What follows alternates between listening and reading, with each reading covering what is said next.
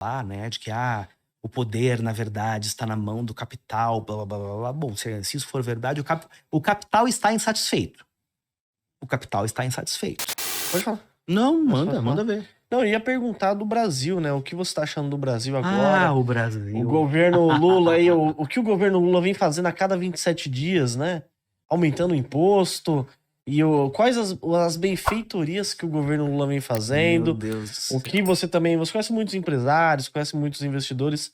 O que a maioria das pessoas estão falando?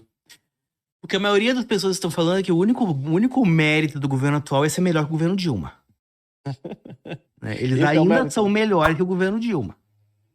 Né? Mas assim, eu acho que poucas vezes na história da República houve uma concentração tão grande de testas oleosas que acreditam ser mentes brilhantes. É um negócio absolutamente enlouquecedor. Né? O governo é completamente disfuncional. A relação entre executivo e legislativo é péssima. Muitas coisas acabam sendo resolvidas indevidamente no judiciário, né? E muitas vezes de forma altamente tendenciosa. E, cara, ninguém aguenta mais. Ninguém aguenta mais. Eu acho que para todos os efeitos, sinceramente, acho que o governo acabou já. O governo acabou. Do ponto de vista prático, não existe apoio político suficiente para se fazer qualquer coisa, e nós estamos prestes a entrar em modo eleição. Ou seja, Putz, vai gastar muito.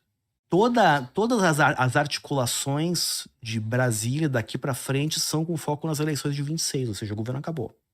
Né? Obviamente, né, o partido da situação vai, como diria Dilma Rousseff, vai fazer o diabo para vencer a eleição, né? Como ela disse na época, da sua própria reeleição, né? Ou seja, vai ter aí abertura de torneira para novos programas sociais e toda a pataquada de sempre.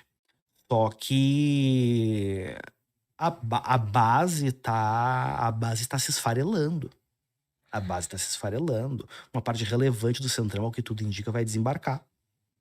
E o governo tá no corner, né? E com dificuldades, né? Você tem um espaço fiscal muito reduzido, né? Hoje eu estava vendo lá uma declaração da ministra da Inovação e Gestão, né? Nossa. A Esther Dweck, né? Que foi eu estava falando aí das testas oleosas que se acham mentes brilhantes. Essa senhora, no começo do ano, ela falou que déficit não era prejuízo, né? Querendo dizer que as notícias a respeito dos Correios eram completamente infundadas. E meses depois, ela veio a público novamente para apresentar a grande solução para os Correios.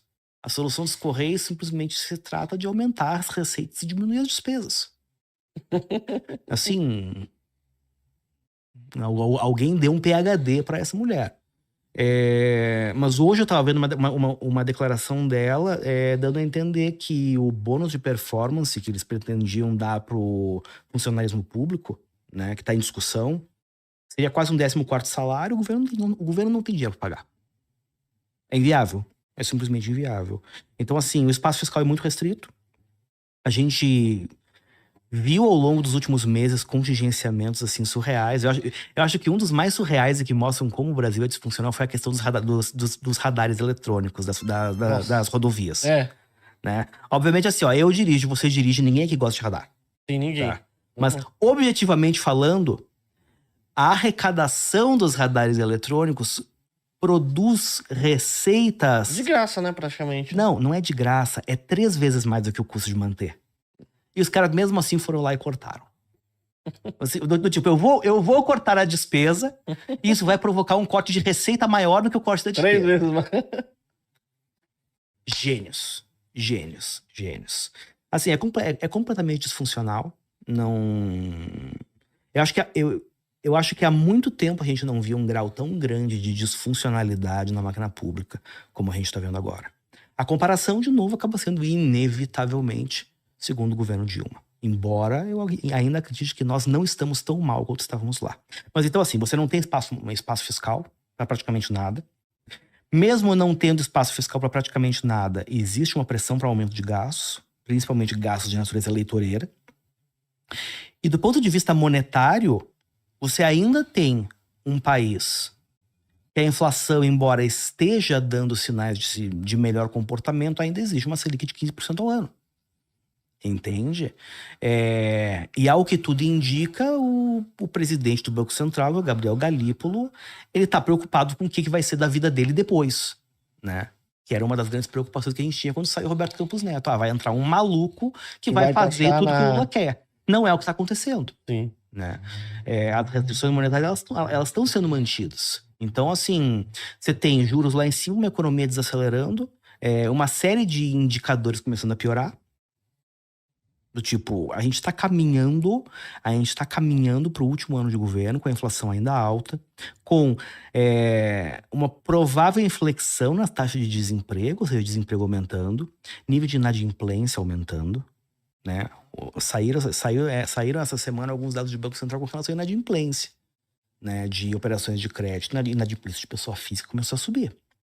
Ou seja, a gente está falando das pessoas desempregadas e endividadas, vendo as coisas cada vez mais caras no mercado, uma eleição pela frente. Mas eu vi a Voz do Brasil, o horário que eu saí daqui, tá tudo uma maravilha, pô. Eu pensei que eles estavam falando da Suíça. Não, o desemprego é o menor patamar de não sei do que, o governo conseguiu fazer tal coisa. Eu falei, pô, é demais, né, Ricardo? Chapa branca total. Caramba. Chapa branca total. A gente está, de fato, partindo de um nível de desemprego muito baixo. Mas ninguém está preocupado se o desemprego está baixo. A questão é se ele está só aumentando ou diminuindo. E dificilmente ele vai continuar diminuindo os patamares atuais. Muito pelo contrário. Não, e também você começa a pegar eles são larápio. A pessoa fez um bico um dia na semana. Beleza, tá empregado. Porra, o cara... Não é assim, as coisas do IBGE é assim. O cara ganhou um dinheiro para tá empregado, beleza. Ele não entra aqui no cálculo, não. Fazem as matemáticas dele. Se a gente for colocar na conta lá de novo das testas olhosas e mentes brilhantes, o presidente do IBGE com certeza está na lista, que é o Márcio Pockmann. Não, esses caras, eles conseguem fazer as matemáticas que você não consegue. Você acha que a gente pode chegar num nível de Venezuela, de Argentina há um tempo atrás, né? Não, eu acho que não. Você acha que é mais difícil? Eu acho que não, justamente porque a gente tem um ciclo eleitoral pela frente. Eu acho que o Brasil, ele tem uma certa antifragilidade, né? Quando a coisa se deteriora excessivamente, as forças acabam se reconfigurando de uma maneira tal que você volta, né? Você tem um movimento pendular no Brasil que talvez em outros países como esses que você mencionou, esse arranjo de forças não tenha sido suficientemente forte. Eu acho que no Brasil, especificamente, o pessoal da esquerda gosta muito de falar, né, de que o poder, na verdade, está na mão do capital, blá, blá, blá, blá. Bom, se isso for verdade, o capital está insatisfeito. O capital está insatisfeito. São pouquíssimos os empresários e mega empresários no Brasil que estão felizes com a condução das políticas pelo atual governo. Eu acho que nenhum na realidade, né? Não, sempre existiu. Sempre existiu um que está conseguindo fazer negócios maravilhosos por conta do governo da vez. Eu tenho certeza que se você bater lá no Clã Batista, por exemplo, eles vão dizer que tá tudo certo. Tá tudo bem. Tá? Sempre tem um ou outro que se favorece.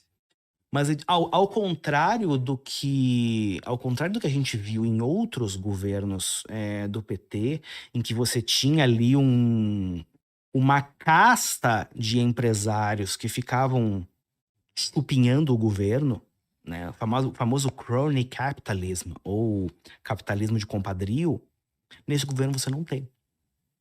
Nesse governo, a esmagadora maioria dos empresários desenvolveu ojeriza pelo governo. E, consequentemente, o tal do capital vai se mobilizar para construir alternativas para esse governo. Eu acho que a gente vai ter um 2026 muito interessante do ponto de vista eleitoral. Mas muito interessante mesmo. Porque quem efetivamente apoia? Quem efetivamente ainda apoia? Aí você vai dizer, saíram as pesquisas lá, o governo tem não sei quanto de aprovação e a intenção de voto não sei quanto. Em primeiro lugar, eu acho que pesquisa de intenção de voto, a essa antecedência em relação a uma eleição, em um país em que nós somos conhecidos por deixar tudo da última hora. Tipo assim, o cara vai fazer as compras de Natal dele no dia 23 de dezembro, mas ele já sabe que ele vai votar em outubro do ano que vem, tá bom. Ok. Em segundo lugar, tem muita água pra rolar daqui até lá. E ao que tudo indica, a coisa tá caminhando de uma maneira que não é boa pro governo atual. Não é boa. Margem de manobra muito, muito reduzida. Né? E, sinceramente, uma imagem cansada, uma imagem desgastada. Lula tá velho. E é engraçado que eu vi vários prefeitos de várias cidadezinhas que votaram no Lula, né? Acreditaram, e eles estão arrependidos. Pois é. Ele falou, pô, o antigo governo não concordava, mas chegava dinheiro aqui. Agora com esse governo não tá chegando dinheiro nenhum. O governo é tão, o negócio falou, né? Ele é disfuncional. E ainda existe uma outra questão muito importante, né? Que é, a narrativa da última eleição era que era preciso que o PT vencesse para que a democracia brasileira fosse preservada. Era uma luta entre o bem e o mal. Querendo ou não, a contraparte, a parte adversa, que era o Bolsonaro, tá fora do páreo. É. Então você não consegue construir a mesma narrativa de que, né, se nós não formos reeleitos, eles voltarão. Sim. Não, eles estão fora da jogada.